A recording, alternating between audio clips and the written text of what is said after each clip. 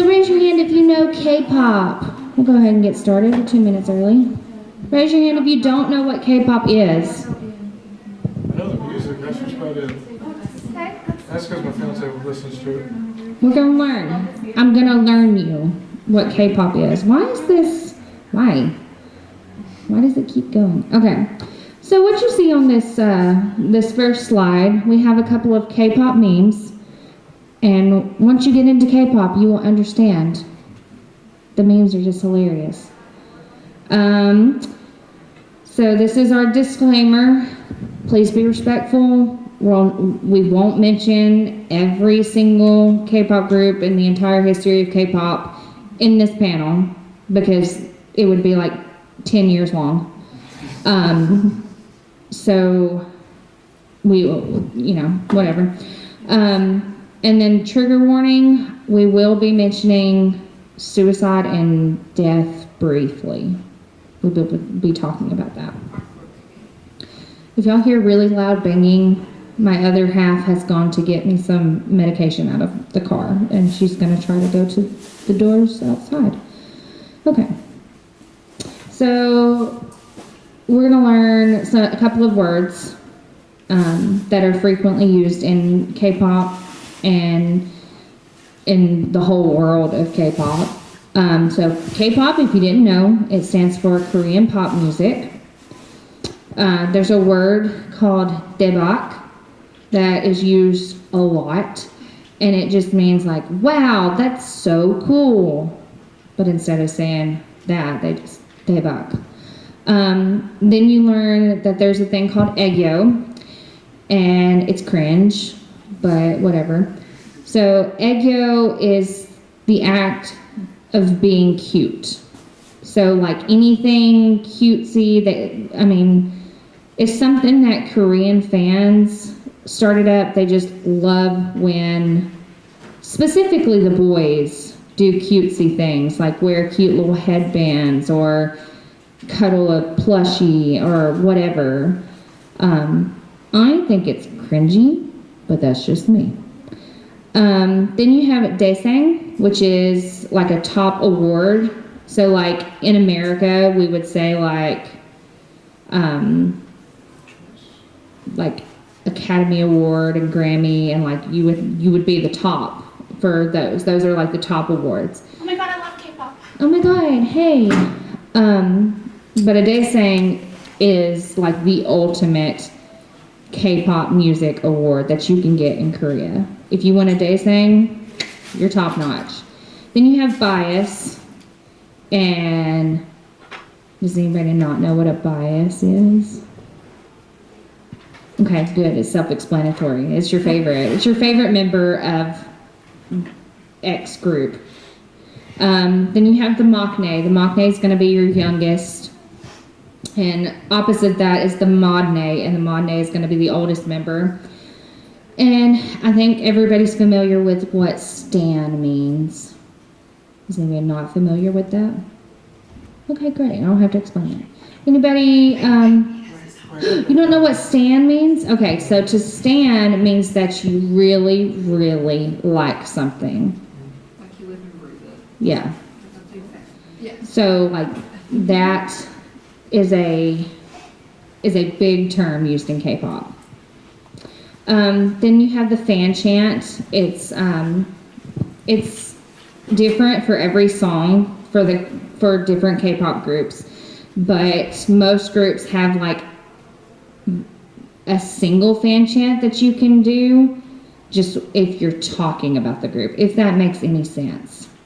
So like BTS's fan chant is Kim Namjoon, Kim Seokjin, Min Yoongi, Jung Hoseok, Park Jimin, Kim Taehyun, Jung Jungkook, BTS. It's just all the names in one. That was so easy. I compare it to like being in a cult, and like you know those memes all over whatever social media where they're like standing around a fire and they're like, oh, you know those memes on Tumblr and Twitter, and like that's being into K-pop. Like you just stand around a fire with people that are stupid like you and chant all their names. Then you have Hyung and Nuna, and I'm assuming everybody in here likes anime.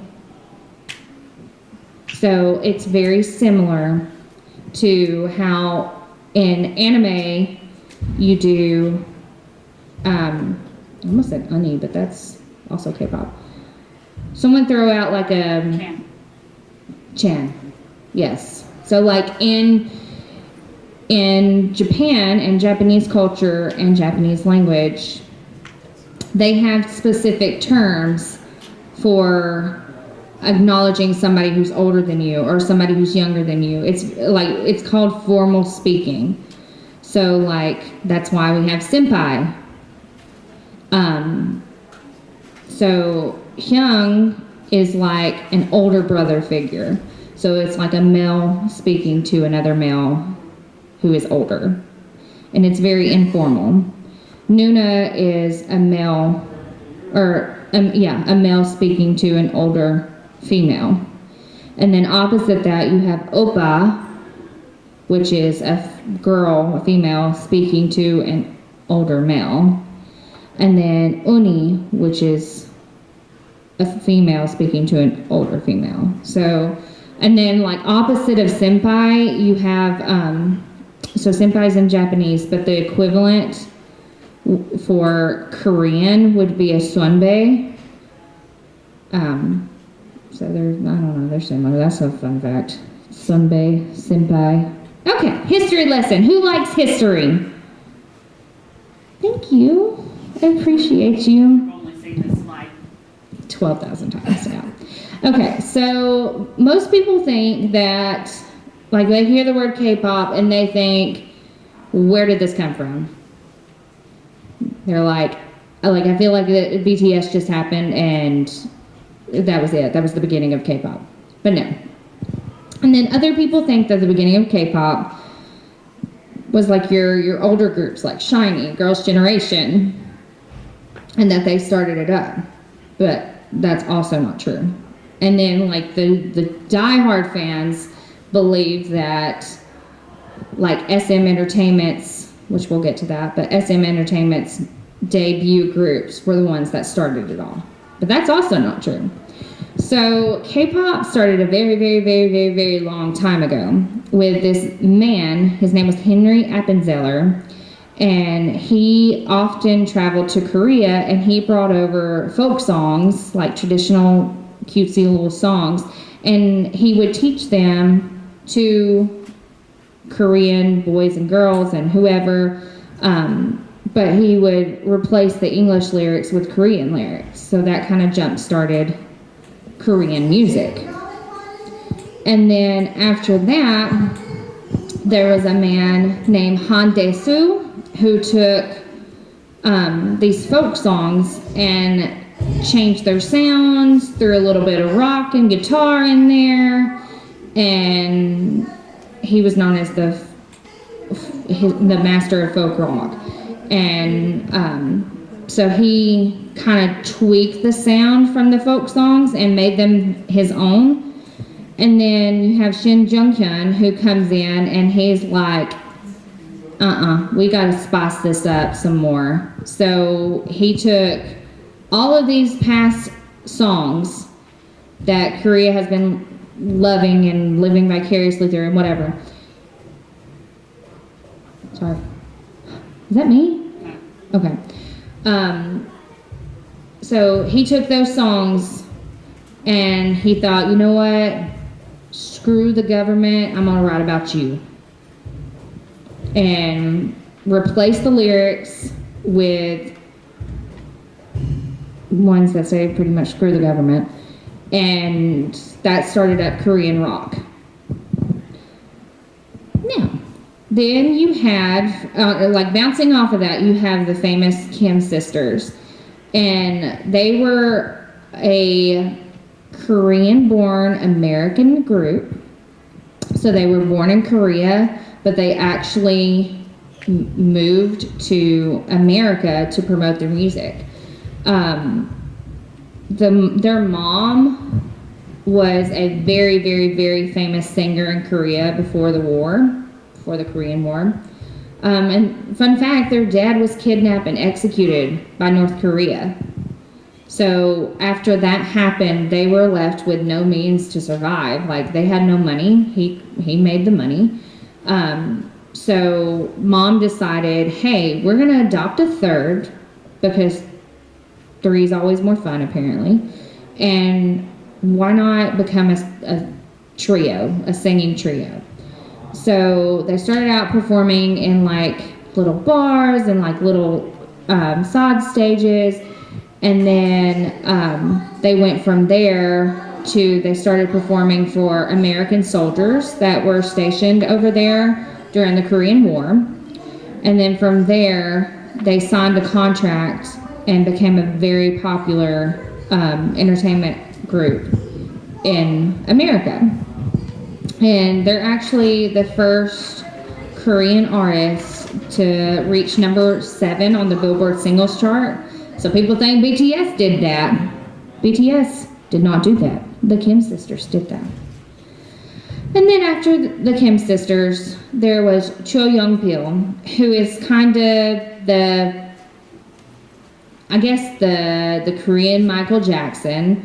He kind of tweaked Korean music once more and made it into more of like an operatic sound. He was the first Korean artist to become a hit in Japan, and he actually started up the whole thing of re-recording the songs just in Japanese to promote music in Japan. And he was also the first Korean singer at Carnegie Hall. So then we have what's called Gen 1 of K-pop. With my and no, oh, there we go. Oh shoot. Okay, I just had to give it time. All right, so in Generation 1, these are like known as the founding groups of K-pop. Really, honestly and truly, of what K-pop that we know now was.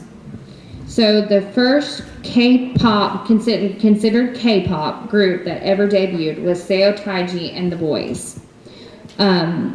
So they took like traditional American, hey Lindsay, traditional American like hip hop music and put a spin on it with their Korean language, and bam, Seo Taiji and the Boys.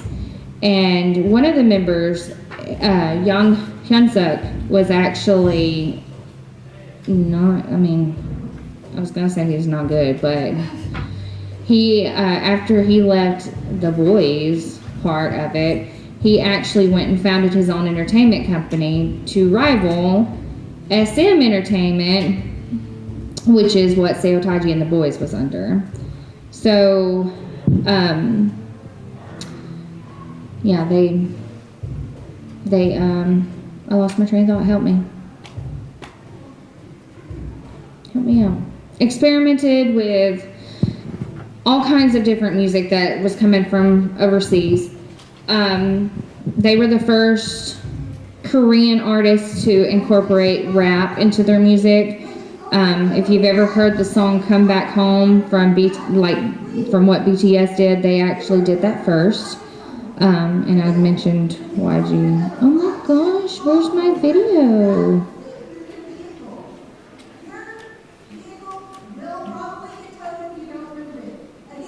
I don't understand. I don't understand. Oh. That's why.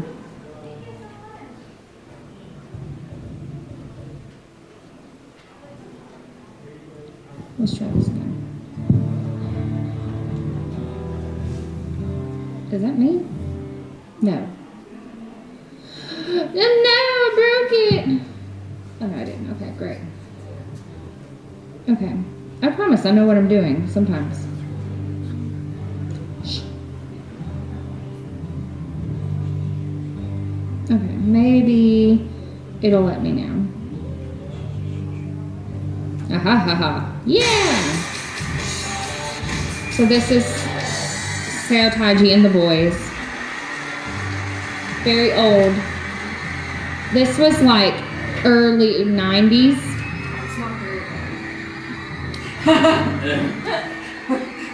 Hey, mind your business. We're not very helpful.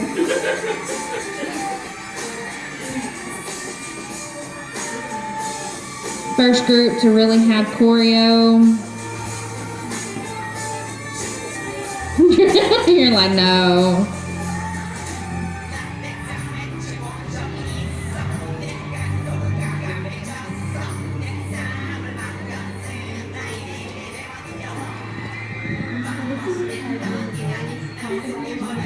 I will save you. So bad. All right, then we have the true rise of SM entertainment. So the first real K-pop group that wasn't just a lead singer and two backups was HOT, and HOT stood for High Five of Teenagers, which is really a dumb name, but go off. So HOT are, like I said, they're like the jumpstart of idol groups that we know now. They were the ones that started choreographed dancing and matching outfits and the whole good look aspect of it. Their song Candy is one of the most covered K-pop songs of all time, which I don't know why it's not that good, but whatever. Right.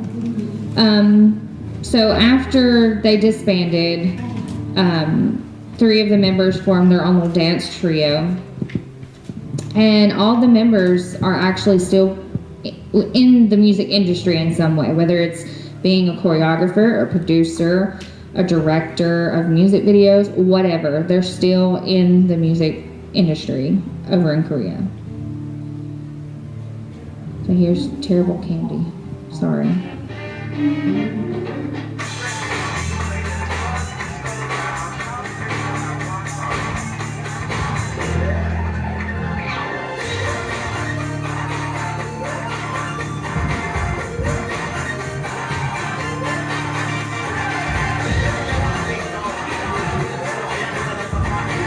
I apologize. This is so bad, but...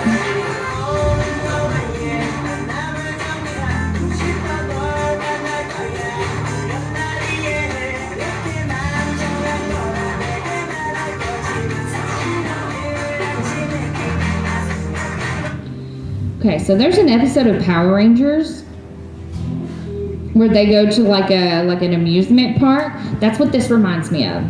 That's the clown episode. Yeah, that we watched at what's her face's house? What's your mom's friend's house? Connie. Yeah, that we watched at Connie's house. That episode was terrifying. Well, it reminds me of it. It's a bad episode of this too. I don't care. He wasn't in that episode.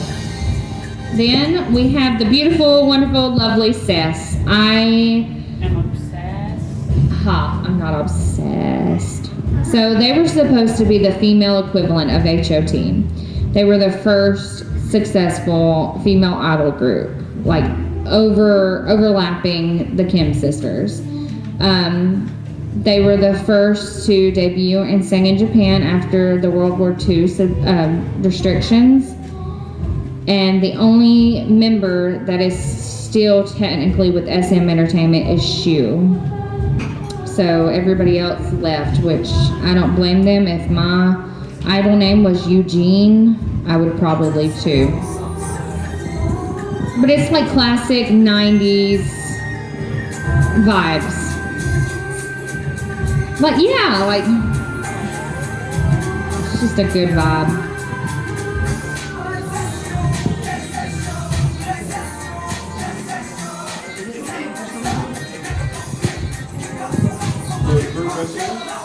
Yeah, does it what the SES stand for something? I'm sure it does. One of the It's their names. Shu. You asked me that, and I was like, "What does it mean?" It's their names. Because Baba actually is something else. She has a Korean name that they were like, ooh, what if we just do like this, this, and this? So it stands for whatever her name is, Eugene and Shu. I just like the song. It reminds me of like early Christina Aguilera, like y'all know the vibes, the good stuff.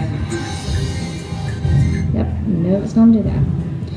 So then we have more Gen 1. You've got Shinhwa, which if you've been into anime for a pretty long time, I would say 2014, 2015 at the least. Back in 2015, Shinhwa released a song called This Love, and it went completely viral in the anime community. There were so many cosplayers doing the dance for this song, and that's actually what I have pulled up right there. So they not only were popular in Korea with K-pop fans, but the anime fans just kind of pulled them in. They were like, hey, you're ours now. Sorry, you're no longer K-pop, you're just anime.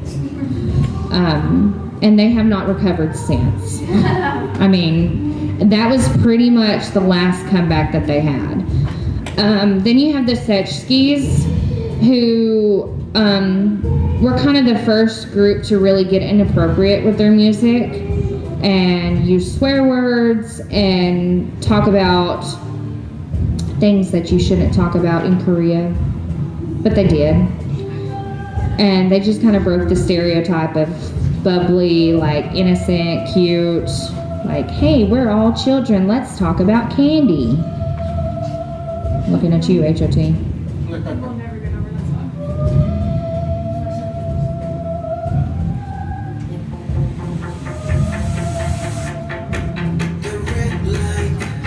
Anybody remember this from the anime world?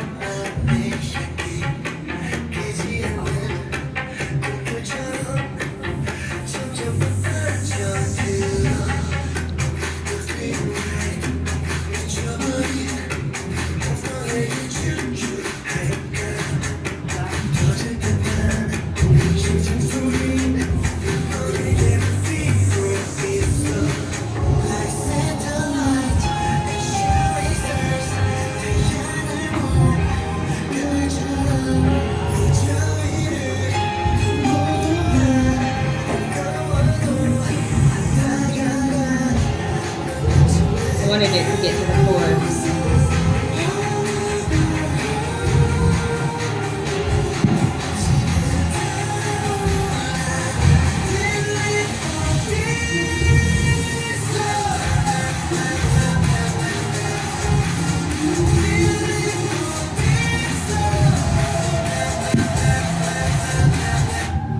That's a bop. Like, I don't care who you are, that's a bop.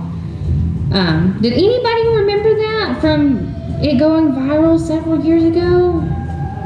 Oh my gosh, am I the only one that, well, I don't know if I remember it from going viral, but I definitely heard that song around that time. I also was obsessed with Attack on Titan at the time, and that's who was doing it. A lot of Attack on Titan cosplayers. Beautiful. In their 3DM gear, beautiful. Love Aaron Yeager doing this song. And here's the Setchkis, just a little snippet of them. They're a little darker, a little rougher. I say ironically.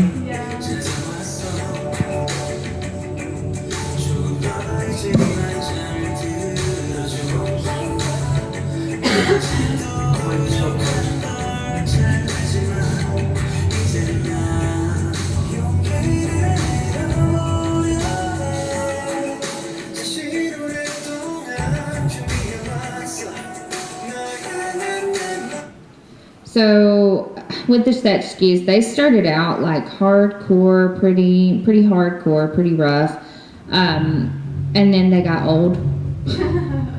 So at that point, they were like, you know what? Because this is their latest comeback. They were like, what if we just went soft? What if we tried that? And it worked. Like, it showcased all of their vocals really well. And it showed the maturity, and a lot of fans really liked that, like the diversity. Next. Now we have Gen 2 boy groups. These are the boy groups that you're gonna know, like, you're gonna know some of the classic songs. You're gonna know these more than the others. So you have TVXQ, and TVXQ is the reason why there are so many rules and regulations around idols now. So TVXQ had 5 members, and 3 of the 5 sued their entertainment company, SM Entertainment, which was like that's like their management company, sued them because of harsh treatment.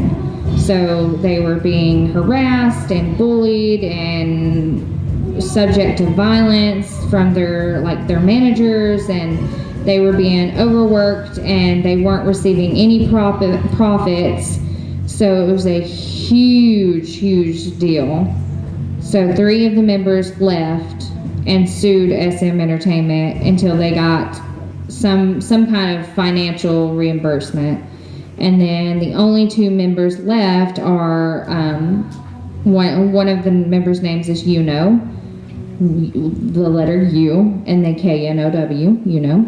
And then the other member is Max Changman, and he normally just goes by Max. And they're all really attractive still, so that's TVXQ. And then you have Big Bang, and we're going to open that can of worms today.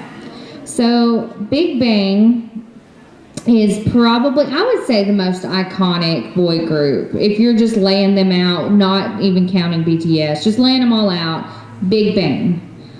So a couple of years ago, one of the members, Sungri, he's the baby, it was found out that he had been trafficking girls at his club, and there were even investigations into him forcing these women to have plastic surgery so they would be unrecognizable, and selling them off overseas. So half of these women have never been found. Still, I mean, it's horrible. And he is now in prison. Yay! And Big Bang has had a comeback since then, but everything's just kind of went because of that. And then you have Super Junior, who people can take or leave. So the interesting thing about Super Junior is they have a member named Shindong, who is a heavy-set man. Not that there's anything wrong with that, but he broke the standard of having chiseled abs and a really nice face, and he's supposed to be this great dancer. I don't think he's good, but whatever.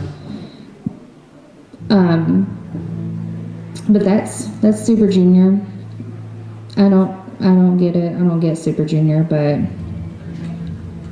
whatever. And then there's Block B. Lovely Block B. So Block B kind of went off of the Setchkis' early music, and they were like, you know what? Let's just turn it up a notch. Their stuff is nasty, y'all. It's nasty, it's dirty, it makes you want to go like to church afterwards. But it's beautiful. It's so beautiful. Is there any of these specifically that you want a snippet of? Block B. Block B. Block B. That specific song has actually gone like viral. Oh yeah, because Like the- freaking Super. Yeah, the bye guys. Hi, ladies. Mwah. Subin.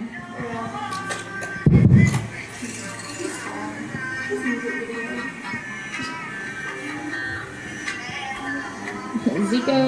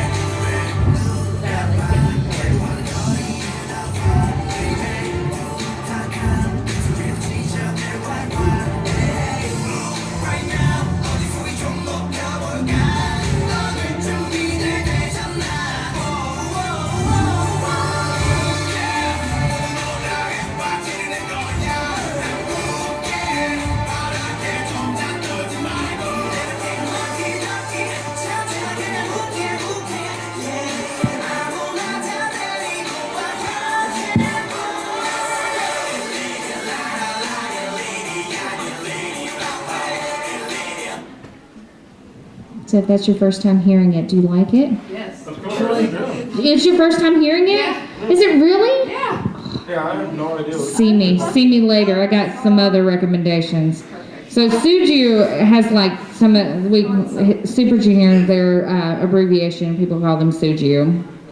Their their two songs are the most iconic in terms of dancing because they're so simple. No pun intended. I didn't mean to. There's Mr. Simple is one of the songs, and then the other is Sorry, iconic songs, but simple. Some more boy groups from Gen 2. If it will let me go to the next slide. We have Infinite, who have kind of IMO, flown under the radar. I mean, they used to be really, really popular. And I don't know what happened. I don't know if they just fizzled out or whatever. Then you have B1A4, and fun fact, their name comes from their blood types. There's 5 members. 4 are blood type A, 1 is blood type B. That's Actually pretty unique though. It is unique, but it gives me the heebie-jeebies a little bit too. Like, and they have a couple of pretty iconic songs. They're also ones that I feel like flew under the radar, less than they should have for the type of music that they were coming out with. And then you have Beast, who re-debuted with a couple of members gone. They re-debuted as Highlight, and honestly, their music as Highlight is much better than their music as Beast. It's different. It depends on what you like. Yeah, it depends on what you like. But if you like second gen boy group, Beast is Beast is good. And then you got 2 p.m. So we're going to be talking about a couple of different entertainment companies, but there's an entertainment company called JYP, and it was actually him, JYP himself, and Bang PD, who created BTS. They got together and had all these boys lined up and separated them into a group called 2 p.m. and a group called 2 a.m. because there were too many. 2 p.m. is the one that ended up going places, and 2 p.m. kind of stayed underneath JYP only. JYP was kind of like, no, like, forget you, this is my group now. And then 2 a.m. kind of stayed under Bang PD, Bang Sehyuk. But obviously 2 p.m. has done much better. So has anybody ever heard anything about 2 p.m.? Okay, so 2 p.m. had a leader, and his name was Jay Park.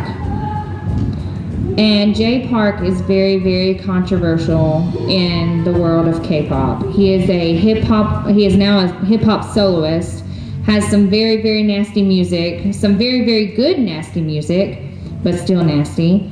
And he lived in America, moved over to Korea to become an idol, debuted with 2 p.m., was the leader of 2 p.m., and then within like 3 months of debut, he got kicked out because he went onto social media and was blasting South Korea all over the place, was talking such bad stuff about South Korea as a country.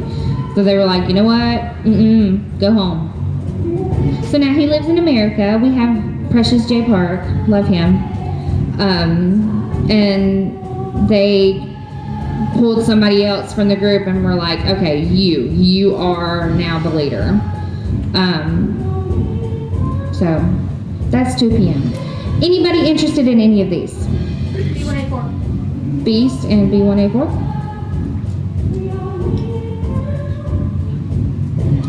It'll play.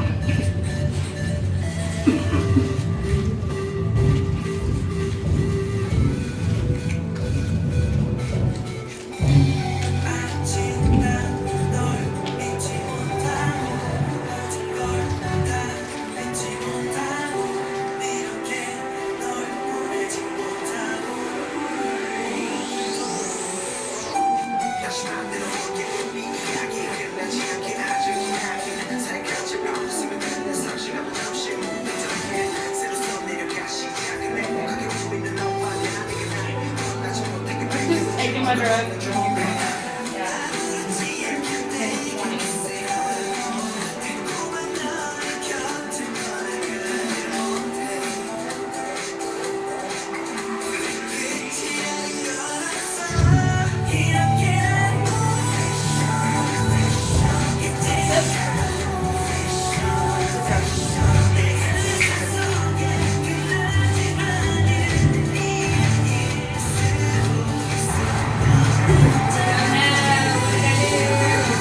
What did I do? Okay, we want a four. They're more like cutesy.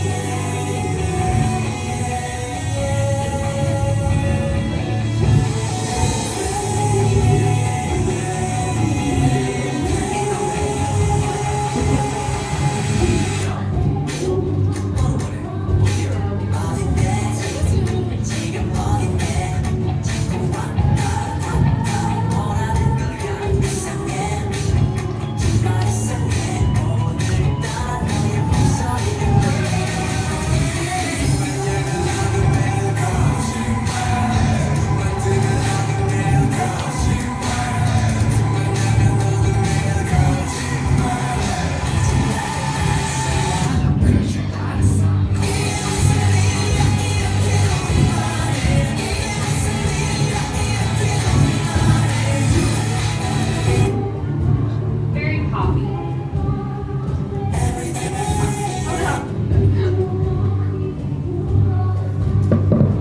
And there wasn't near enough Gen 2 girl groups, but these are just some of the few that there were. There was Wonder Girls, who had a member named Kiana, who left and then re-debuted with Cube Entertainment with, help me, what was 4 that? Minute. 4 Minute, thank you. Got you. Debuted with 4 Minute, left 4 Minute, debuted as a soloist, then debuted with a group called Triple H, and then was kicked out of the whole company. It's a whole mess. But fun fact, my favorite fact about the Wonder Girls, they toured with the Jonas Brothers back in 2009. They sure did. Cool. So they performed one song, and it was the English version of the song that we have. It's called Nobody. And then you have 2NE1 or 21, whatever, however you want to say it. They were kind of the more edgy, rough girl group look. They were the first girl group to do that. They were the first girl group under Young Hyun-suk, who is the one who was Seo Taiji and the Boys. And then we have the Precious Girls Generation, who had like 14,000 members. And 14,000, there was a lot. Isn't Girls' Generation also called SNSD? Yes, Girls Gen or SNSD. Because I've always suddenly be like, oh yeah, SNSD. And I'm like, what? Are they two different groups or not? And then there's A-Pink, and I'm going to speed this along because I want to get to Shiny and preach about my baby. And then there is Tiara, and once again 4 Minute, Sistar, and Miss A. Those are your Gen 2 girl groups.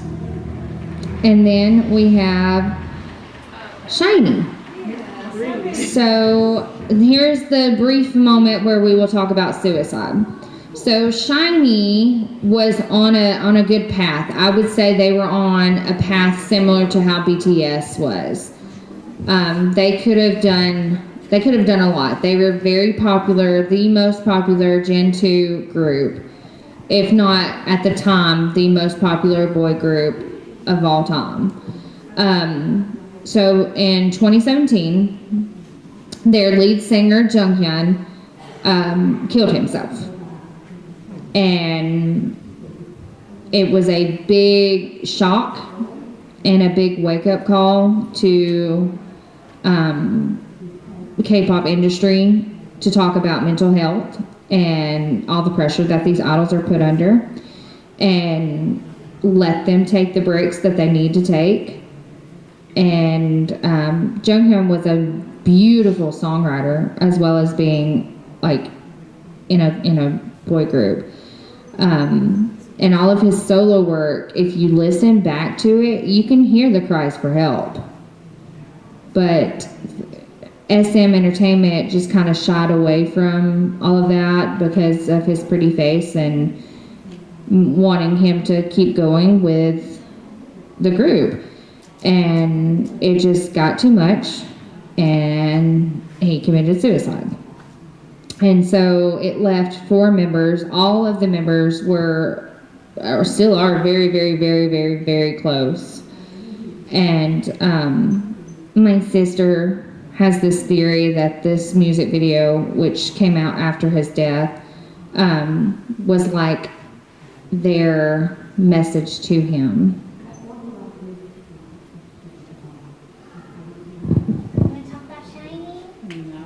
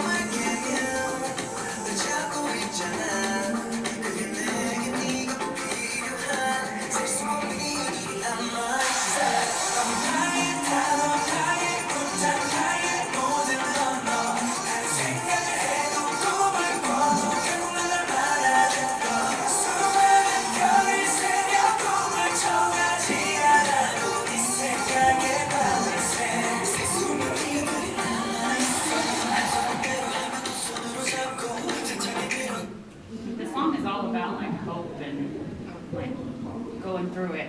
But like the music itself, it sounds bittersweet and like really sad. And that there's, for Shawl, Chinese fans, there's clearly something missing.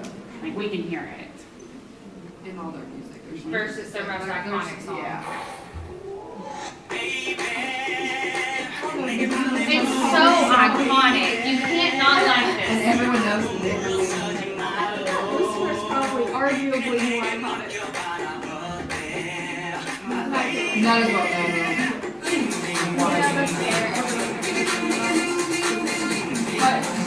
It is stupid, But we all know it.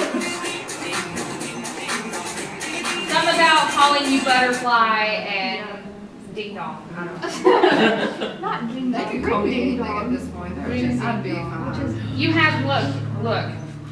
You have Kim Namjoon, one of the most beautiful musicians, producers, writers of all time, talking about Moonchild, you'll shine when the moon rises.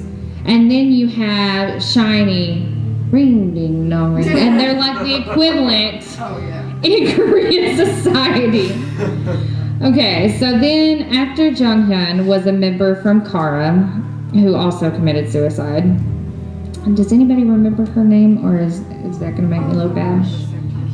I can't remember her name. Is it Gohara? Yes. Gohara? Okay. She committed suicide shortly after Junghyun did, and then there was a girl group called FX. Love them.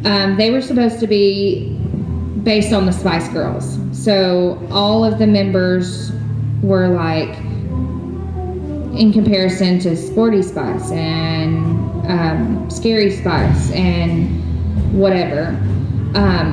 So one of the members actually left, and then FX kind of just like disbanded after she left, and she continued to like help people write songs and help with their music. And then shortly after Gohara was her death, she committed suicide as well. Her name was Sully. They were beautiful though. So like the takeaway from this is how far we've come in the K-pop world in terms of mental illness and being able to really talk about stuff like that. And then you go on after the sadness.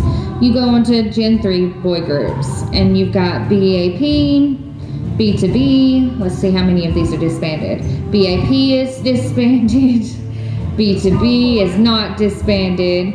VIX might as well be disbanded. Shut up. New East is disbanded. Lots of disbandments from Gen 3 groups. Let's see who else I got. Who else? You have EXO, who went from 12 members to now there's like 6. No, well, technically There's- it's still 8. Some of them are in military service, but it has been confirmed that Lay has left SM Entertainment. Oh, yeah. He's still super close with the EXO members, But he has left. Yeah. So they went from 12 to 8. Good job. Then you have the most iconic, BTS. They are Gen 3. Then you have the second most iconic, GOT7, Fight Me. GOT7's also. No, they left JYP. GOT7 are still GOT7. They're soloists as well. But they did leave JYP, understandably. And then you have Astro.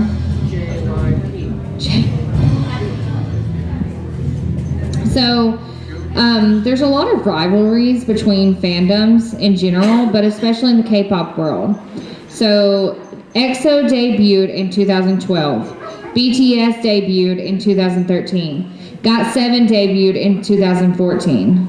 So the 3 of them have always been like the comparison for boy groups. They just constantly at each other's throats, and not them, the fans.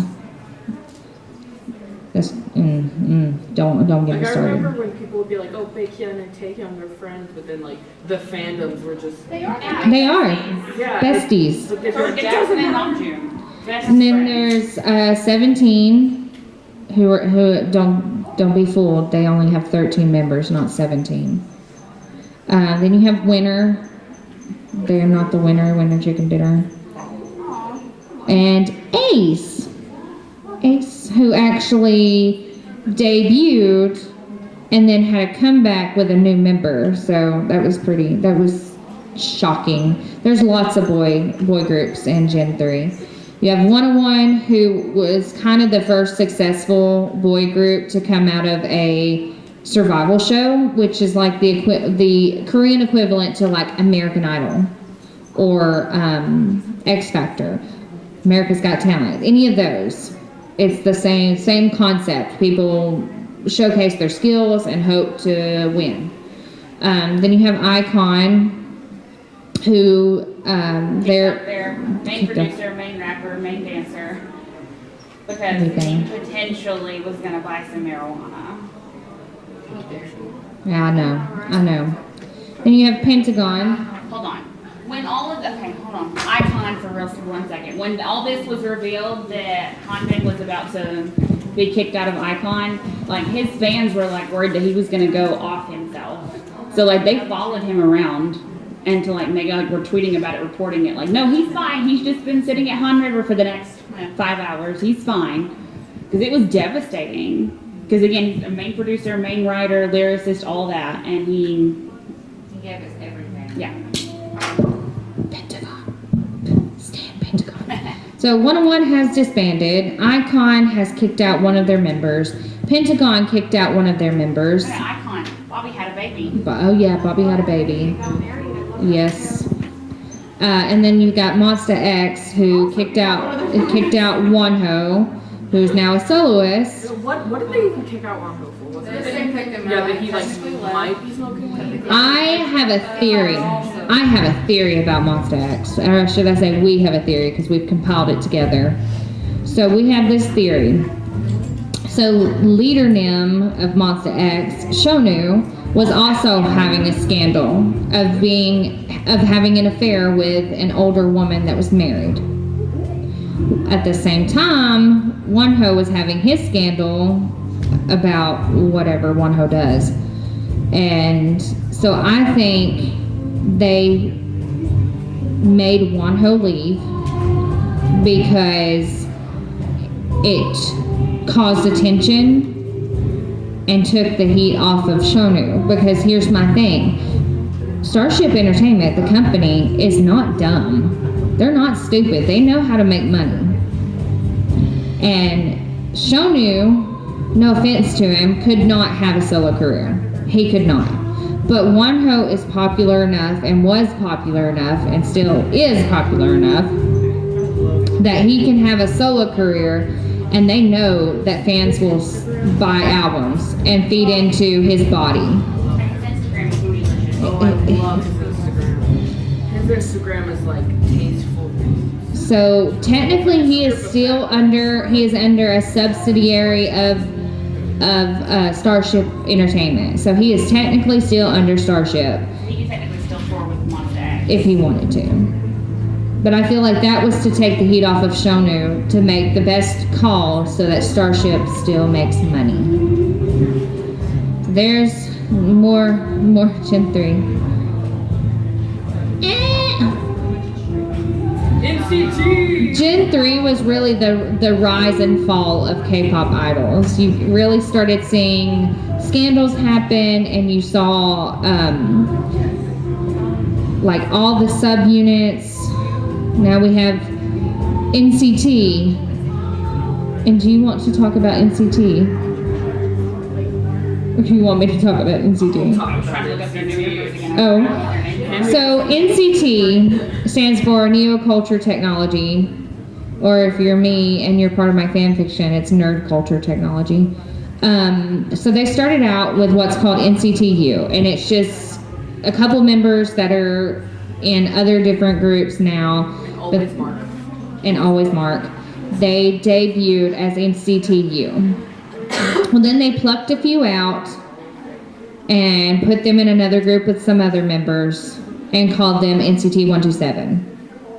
And then they plucked some of those out and put them in another group called NCT Dream, which is like the minors, the little children. Now they're not minors. No. The music was supposed to be Like for young, not really younger kids. for like a younger audience. Yeah.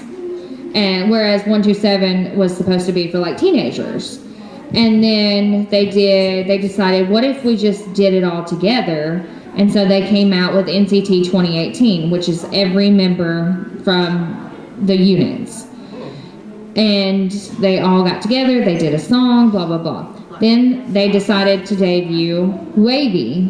And Wavy is yes, they are the Chinese subunit. So all the Chinese members from NCT are Chinese speaking. Well, no, Renjun isn't in Wavy and he's Chinese. Neither is Chanla. Chala, yeah.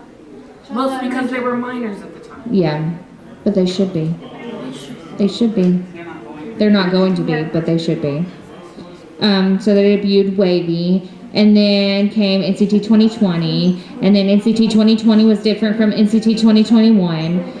So now there's going to be a possible NCT Japan, and there's supposed to be an NCT Hollywood. I really hope they don't do the NCT. The music? Yeah, is it pretty good? Yeah. NCT's music is really good. It's a I'm little brand new. weird. I'm brand new to. It's an acquired taste. Look, if we didn't have 6 minutes, we would be playing everything. I think NCT 127 specifically, each one of their comebacks always has a NCT different 127. Go song. listen to Level on the Floor. Oh, okay. Like How about each Sticker? comeback is different. It's never, oh god, Sticker would bust your eardrums. Oh, they're fabulous. I love Sticker. Okay, real quick, and then I'll pull up something. All right, Gen 3 girl groups: AOA, EXID, Mamamoo, WJSN, Cool Beans. Also have Red Velvet, who was rivaled with Twice, who is rivaled with Blackpink. And then you have G-Friend, who re-debuted as Viviz, whatever. Okay, so I said it right. And then you have Oh My Girl, and then you have CLC, who are disbanded. Then you have Dreamcatcher, then you have Weki Meki. And then you have Gen 4. We have The Boys, and Stray Kids, and ATEEZ, and Tomorrow By Together, who are all rivaled. And then you have Treasure, and ENHYPEN, and P1 Harmony and One Us. And this is where you really start to see good groups, like good, strong groups coming from the survival programs. Then we have Kingdom, love, Gravity, Omega X, Very Very. Can we see at the bottom? Girl, Gen 4 girl groups, G Idol, Itzy, Espa, Stacy, Kepler, Everglow, Promise 9, Cherry Bullet, Weekly. I wish this was like a 12-hour panel. IVE, Purple Kiss, La Seraphim, Kepler. I said Kepler, but I'll say it again. And then you have K bands, and they're the ones that actually play instruments while they're singing. The most popular is Day 6, but there's no longer 6 members, so there's 4. There's 4 members of Day 6, and their newer stuff is crap. Then you have what's called K-pop supergroups, and the only entertainment industry that has done this, entertainment company that's done this, has been SM Entertainment. And they first came out with Unique, and Unique was a bunch of like they hand-picked different members from different groups that are all under SM Entertainment, and they put them in Unique. And then Unique was trash. It did not work. So then they tried it again, 2 years ago they debuted? Yeah, I think so. And they plucked this member, this member, this member, this member from NCT, this member and this member from EXO, and this member from SHINee, and they put them in a group. And then recently they've decided to do the same thing with girl groups. So they took this member, Girls Gen, this member from Red Velvet, this member and this member from aespa, and then Boa, who is a soloist. And Boa is what, 38? 38? And the youngest member of aespa in the group is 20? Yeah. I don't know. It's a big difference. Honorable mention Card. They're the most iconic co-ed group. So there's boys and girls. Some soloists you should go like Hyuna, Psy, Jessie, Sunmi, Chungha, Kong Daniel, Woods, Kim Woo-suk, Alexa, Somi, IU, Eric Nam Gray. I'm sorry, we're running out of time. We got 2 minutes. Survival shows. These are different survival shows that everybody came from. Doing great, Sweaty. Controversy, different. I need to update this because it's not an alleged assault anymore. He's in jail. Jimin was kicked out from AOA because she was a horrible bully. 97 Liners, which is the K-pop idols born in 97. They went to Itaewon during the pandemic, and it was a big thing. Hyuna and Dawn, of course. Produce 101 is not a thing anymore because there was voter manipulation. And Daehee was sentenced to jail for trying to stalk somebody. With Jimin from AOA, wasn't it like Nina was actually just like gaslighting everyone? Yeah, it was a whole thing. Dating scandals. Dating is a no-no because the idols must be seen as attainable. There's something called an Inkigayo sandwich, which is where they pass around their phone numbers by way of a sandwich at music shows.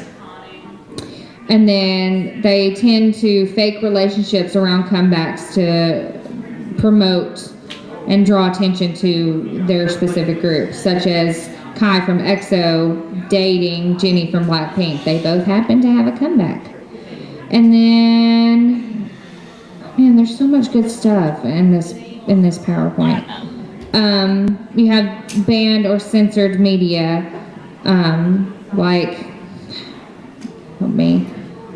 Cherry Bomb had a supposed violent lyrics, so it was banned, or it was banned from playing. Orange caramel. Orange They caramel. dressed up like sushi. Yes, that was. They got eaten.